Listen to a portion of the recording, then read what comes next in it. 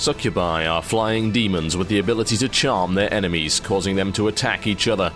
This attack is extremely dangerous since several members of our force are more than capable of killing their target in a single hit, and a special or critical would almost certainly result in the death of an ally. To make matters worse, they also possess a powerful Blaze 2 spell. The Cronus Vandal is a dangerous boss character with an arsenal of special abilities. He can cast Spark 1, a previously unseen area of effect spell that inflicts horrendous damage on its targets. The drawback of Spark is its mana cost, though the Vandal is quite capable of casting it several times before his mana reserves deplete. He is also a powerful combatant, able to use his Photon Rage attack to heavily damage his target, and the Regret Hit, which reduces his target to 1 hit point regardless of their current health. He is protected by a force field, which must be broken before he can be hurt, and regenerates 20 hit points every turn. Ladies and gentlemen, welcome to Let's Play Shining Force 3. This is Battle 12 in the Cronus Mansion. This is where it all goes down. After the relative disappointment of the last battle, this one is way, way better. It is very well designed. Now, let me show you around a little bit. Up there, see behind those doors? That's where the Vandal is hiding. In order to get to him, we are first going to have to traverse the room, because apparently climbing over this very large table is impossible. So yeah, we're going to have to run all the way around there. In the meantime, we're going to be smashing our way through some skeletons. You'll have noticed that I've leveled up some of the characters since our last encounters. There's a reason for that, because in this particular fight, if you haven't leveled your characters up, there's a very real possibility that they will die horribly. So I did this battle a couple of times, at least the first part of it, and used the return spell, which is what it's designed for, in order to go back to the church and then start the fight again and again and again until I got all the characters up to about level 10, which I think is a pretty reasonable number. Now, during this fight, there's going to be several ambushes. We're going to be jumped on by a wide variety of unpleasant things that will appear effectively out of nowhere. There are various trigger points on this particular map, and we will find on those trigger points enemies, which will appear out of holes in the ground or just literally out of nowhere. There's a couple of them, and we will see them a little bit later on. In the meantime, we need to get ourselves moving. This bit of the fight, we'll call this phase 1 of the fight, actually goes on for longer than it should, to be honest, because of the way that they've actually designed the entire room. The table you can't climb over. You can't really see it over there because of how dark the actual level is, but most of that over there, that black area, is actually a hole in the floor. You can't pass it. So you have to run all the way around. It's rather constrained, but it's not too much of a problem. All we're really going to have to deal with on this first bit here are some skeletons and vampire bats. The skeletons can be a little bit of a threat. They can still deal a lot of damage, but by this point the vampire bats are mostly useless, and we won't be seeing them for too much longer. Having said that, the Bloodsucker attack can still do between 4 and 5 damage, as well as regenerating hit points, so we can't be too complacent around them. Got a nice amount of friendships up as well during the power leveling, which is going to help us quite a lot. Some of the benefits, particularly the magic resistance, I imagine will be incredibly useful against the Vandal. We've also managed to get a couple of extra abilities and get some weapon ranks up. Sybil is dealing an awful lot more damage now. She's actually at weapon rank 2, as are a number of our characters, including the ever-popular Hayward. Now, as we move around here, if we move any further than that, it will trigger one of the monster ambushes. So we need to be ready to deal with that, because what tends to happen is they get triggered in the middle of your force or behind it if you've moved forward, and that can be a bit of a problem, especially if you're keeping your weaker characters to the back, which is generally the case, because the weaker characters have a slower movement speed, so they tend to fall in around the rear anyway, regardless of what you're trying to do.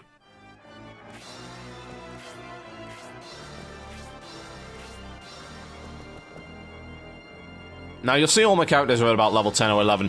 I could have promoted every single last one of them at this point, because that's the level you have to be to start promotion. I'm not going to do that. The reason being that the stat gains you gain past level 10 are generally good enough to justify hanging on to it. As you can see there, loads of stat gains. If you promote, generally the first few levels of that promotion have very bad stat gain. The system is mostly random, but there are a few sort of fixtures that you will see and certain tendencies that particular characters tend to follow. In this case, all of the characters tend to get very bad stat gain once they get promoted, so in order to get our characters to the level where they're going to be able to compete in Scenario 3 and the premium disc after that, which of course is going to be a way, way long time in the future, we do have to make sure that we take the best care of them and level them up as quickly as we can. I'm moving the force forward here, dealing with the last few bats. The next monster ambush should appear relatively soon. You can see the vampire bat's just totally ineffective against pretty much everything now.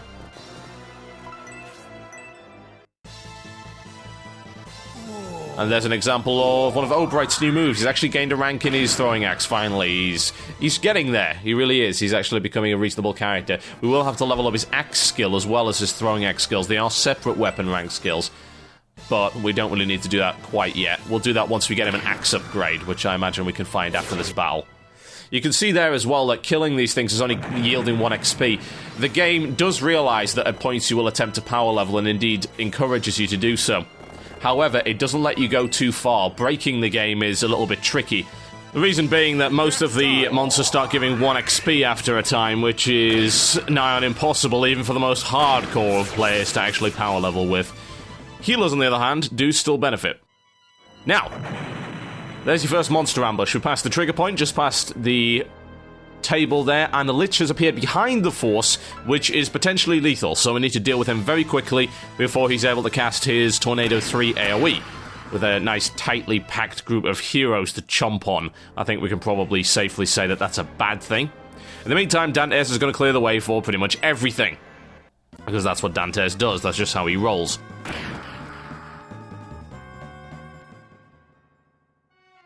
Now, Eldar is a tricky character to actually make half decent. Eldar has 2 weapons. Theoretically speaking, the wings are better by the end of the game, because you get a very, very good wing, plus you get bonus counter and defense.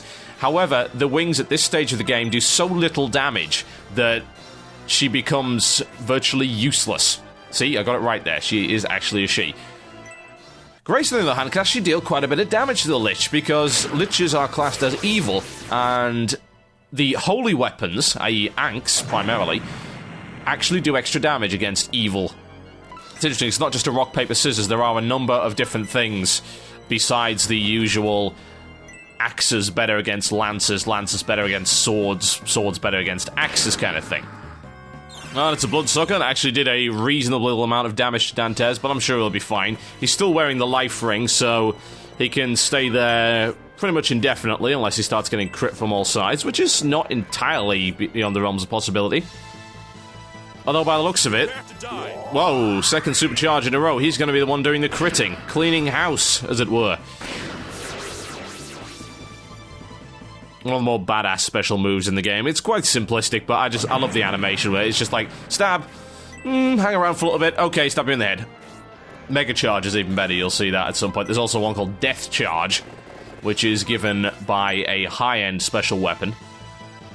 We might get that. We'll see. It's one of the special weapons. It's statistically not quite as good as some of the other special weapons we can get towards the end of the game, but it's a hell of a lot of fun. Fly Eldar over the table there, just for the sake of it. Why take the stairs when you take the lift?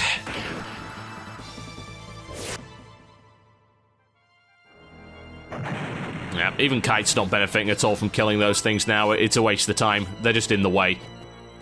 Right, we need to catch the rest of our force up because we're going to have to go onto the stairs, and that generally means bad things will happen. The stairs cannot be trusted in this game, I can guarantee you that. So we're going to need all of our fellows ready to deal with whatever comes.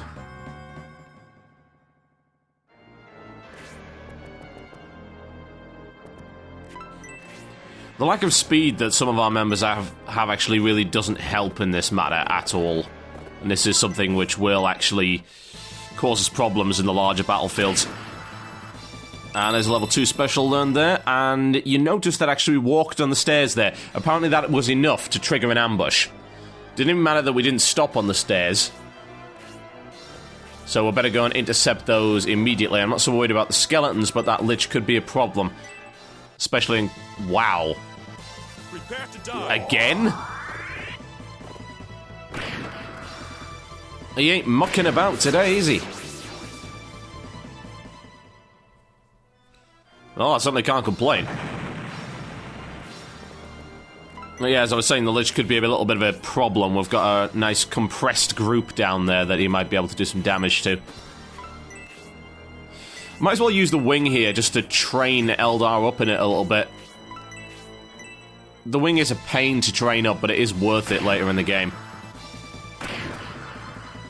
And our patience has been rewarded. There's rank 1 in wings and the special Twister, which is one of the best specials in the game, in my opinion, just because of its looks, and it actually has its own unique voice acting, which is generally not a good thing. We don't want more voice acting, but it's interesting to see that some of the specials that Eldar has actually have their own unique voices, whereas the others just use a generic voice for every special.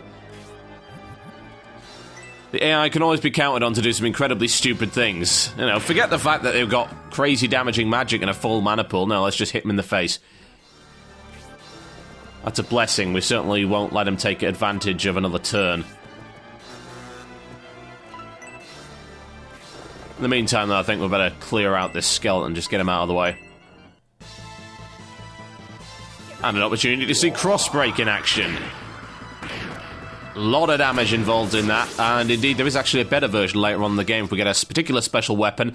There's one called Road Rash, which is the same thing, except it's on fire, which makes it infinitesimally more awesome.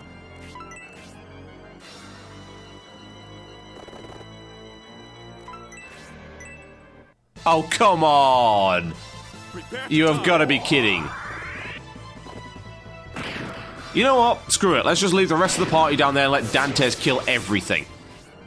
Perhaps not. I've skipped forward a few turns because it was just a few turns of... Oh, not again. Not again. I'm never going to get any opportunity to speak because he's just going to be too busy owning everything. Oh well. Anyway, moved all the party up the stairs, ready to engage. Once we've cleared out the 2 skeleton guards, I imagine we will see what we're looking for. We'll need to be absolutely ready for it. There's plenty of holes in the floor. What does that generally mean? You should know that by now. Usually it means ambushes. Now, here's the Elbison Orb in action. It's an actual item. Like I said in the thread, you can use it. It's got a pretty decent range on it and an AoE and the ability to give you a headache. It does a minor amount of damage. And here we go.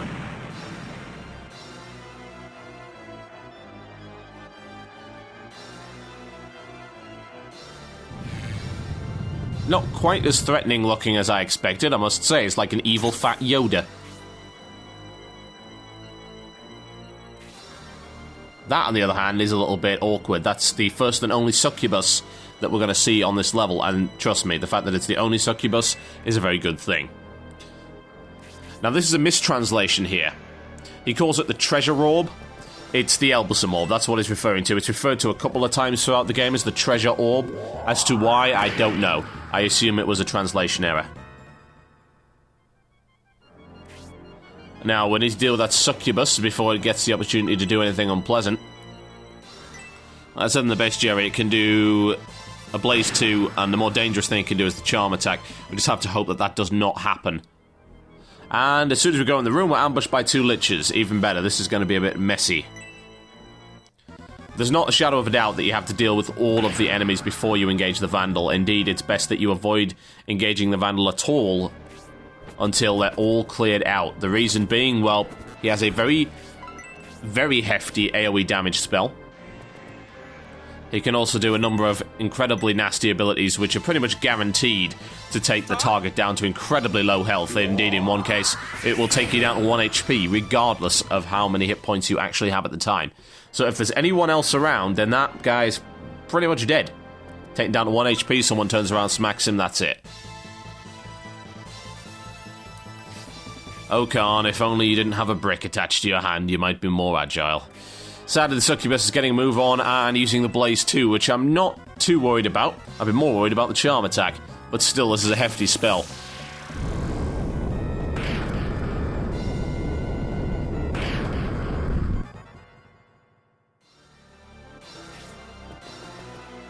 Not in range to heal right now, so might as well do a little bit of damage. Grace has got almost full mana, might as well use some of it. And then save the rest for the healing later on.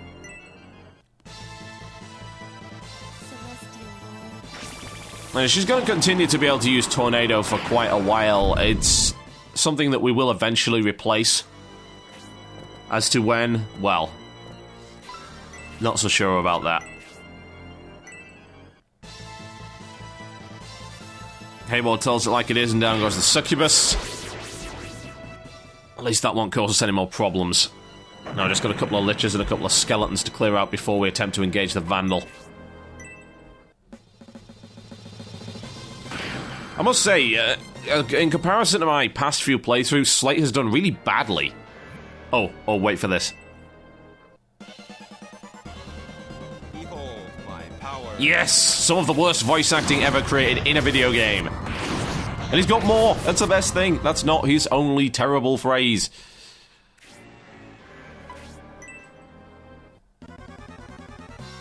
Now, this is one of the things that you can use with healing AI. You can kind of exploit them. A lot of the healers can also do incredibly effective damaging spells, but if you damage them an awful lot, or damage someone standing directly next to them, the chances are they will actually use healing instead of doing any damage. Now, of course, had both of those decide to use Tornado, we'd have had a lot of very hurt and possibly dead guys. Khan might have died, Obright might have died from that, and it would have done a hefty amount of damage to the rest of our force. It's okay, though, because the AI is overly concerned for the well-being of its fellow man.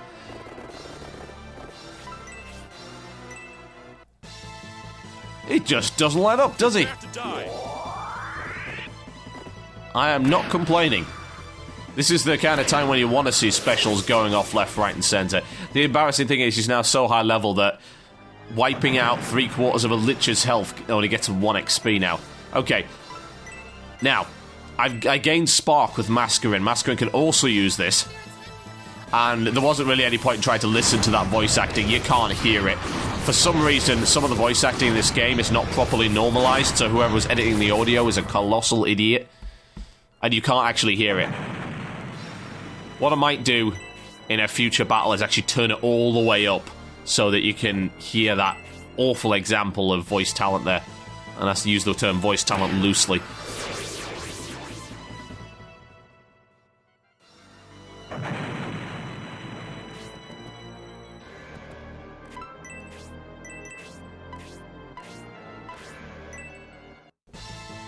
Wouldn't want Dantes dying so early, so we'll get Mittens to deal with him.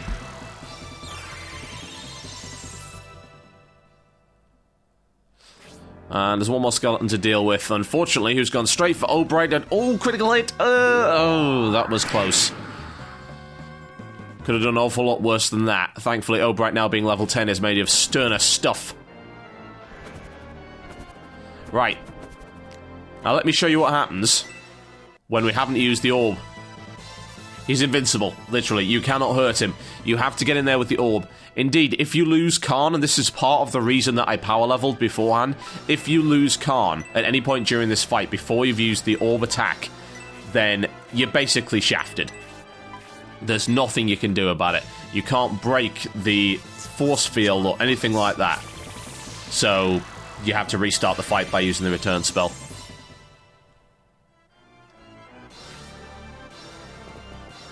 Okay, time to get rid of this skeleton, or at least attempt to, and then start engaging the Vandal. Now, one of the big issues with this fight, particularly, is not the amount of damage he does, but the close proximity you have to be to him. The room he is in is very, very small, meaning that his AoE spells are particularly effective. What you generally need to avoid is having more than 3 people standing in an area that can be AoE'd, because you have 3 healers. And of course you could go popping medical herbs and all that kind of thing, but generally speaking you don't want everyone standing around popping medical herbs when you could be doing damage. You don't want the fight to go on too long either. Obviously once healing starts running out it becomes a bit of an issue. There's no point attacking, I'm just going to hang around. Now, this is an interesting point here. I'm sorry, that's just laughable. It's like $100 million. Ah! Anyway, for some reason, the Vandal's AI seems attracted to Julian, which, whether or not that's intentional plot, or whether or not that's just some crazy scripting error, But he doesn't care at all about Synbius. At all. He goes for Julian. Which is odd, because the guy who killed Julian's father, as we saw revealed, was Garm. That is not Garm. Obviously, that's not Garm. Anyone who's played any of the other games and seen Garm knows that Garm does not look like that. So, it is rather odd. I don't know whether or not it's a plot point or it's just some kind of crazy scripting error, but he goes for Julian like no one's business. You will see it. Okay, it's time to break his force field so we can start doing some damage. A simple use of the Elbasum Orb is enough to do this. Position Khan in such a way. Get the Elbasum Orb ready. This trinket doesn't actually break, which makes it very, very handy. But no, we will have a use for the Disco Ball of Death later on in the game. Beyond mere plot points. Okay, and the force field is broken down. Now, we need to watch out where we position our force here, as you're looking at a potential for massive AoE damage. Now, of course, we could use Grace, because some of the guys who have friendship with Grace will gain a magic resistance aura, but most of the friendships with Grace are only partner level, which is not particularly good. Now, as you notice, the Vandal is actually a flying creature, which means he takes extra damage from Hayward. At least he would if Hayward could actually hit him. The unfortunate point about this particular boss is that he has a very high evade, which makes him a little bit trickier. What you'll also notice is the fact that he can heal himself every turn and does so automatically without having to use an action in order to do it.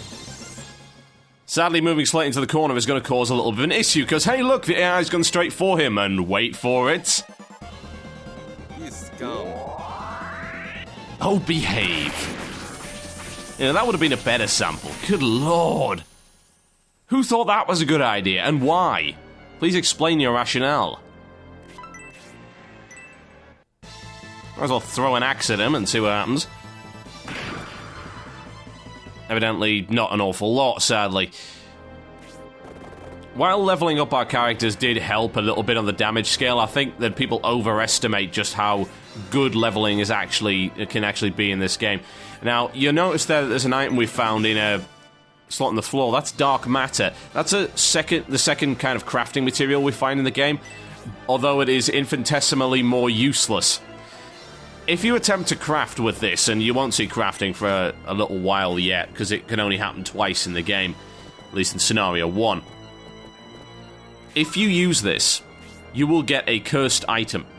Cursed items are only arguably useful. We will see one later, and I'll use one in the next battle, because we're going to get one. And I'll use one in the next battle just to show you, just to demonstrate what these things actually do, but their use is very questionable.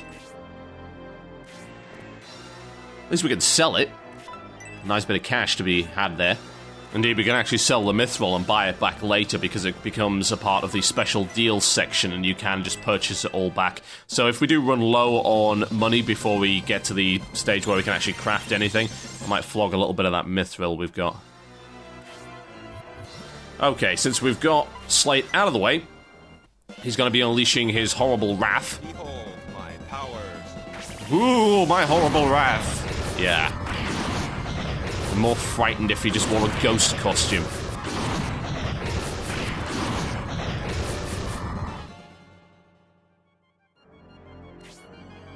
Okay, we've got him in a good position now. He's in the center of the room. We can get some damage going on him there. Double friendship bonus for Obright. And it doesn't help him because he's awful. Sadly, there is not a friendship bonus that makes Obright any less terrible at this stage in the game. No point in unleashing a spark because it doesn't do the kind of damage on a single target that makes it worthwhile for the mana cost. So, since the Vandal doesn't really have any particular strengths or weaknesses against any kind of magic, we'll just use a Blaze. Get ready. Now, my aim here is to try and take him down in the next couple of turns. We've already done a reasonable amount of damage to him this turn. Obviously, he's going to heal 20 of it back. I want to try and hurt him a hell of a lot, so I'm going to keep Dantes in here regardless, so I can do some hefty damage, and hopefully our healers will be able to keep up all of the guys who are taking damage at the moment. I don't foresee that being too much of a problem, to be honest. Quick rank 1 heal should sort Dantes out just fine. It's really impossible not to get multiple characters hit by the spark in here just because of the sheer constrained nature of the room. I don't think there's any point bringing Eldar in there. Eldar doesn't do a particularly good amount of damage, and we have some of our four best damage dealers, I would say, in direct physical contact with them. So hopefully we can finish him off this turn. Let's find out if that's possible. I don't think so, because we've expended most of our damage capability this turn, and the rest of them are just really healers and characters which are not quite as good. So we might as well get our healers out of the way. Anyone that's taken damage, get them healed up. We don't want to lose a character in the last few moments of this fight. There's very little point in that.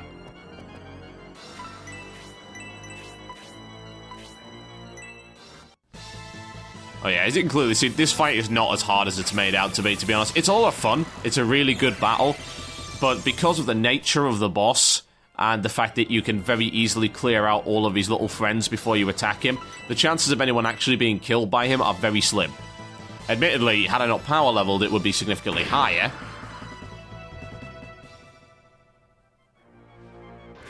There are bosses later that do take 2 turns, and those are the bosses that are really dangerous, because they can catch you off guard.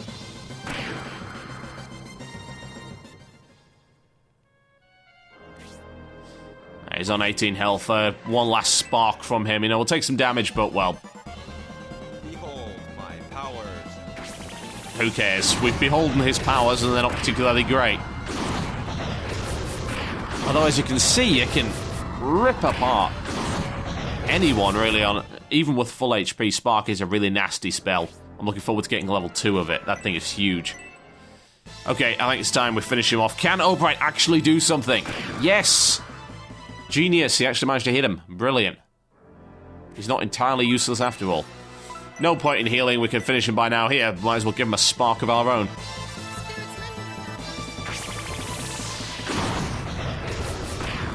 The voice acting. Good lord. 4 HP and we can finish him off. Yeah, let's get Sybil in there to do the job. No, let's not, apparently. Evidently it was not to be. Dantes? No, not to be either. Someone is destined. Who is it? Irene, apparently, is going to get the 49 experience from killing the boss. No complaints there. My name has been Totalbiscuit. This has been Let's Play Shining Force 3 Battle 12 in the Cronus Vandal. The village is saved. Rejoice and all of that other good stuff. I will see you next time. Thank you for watching.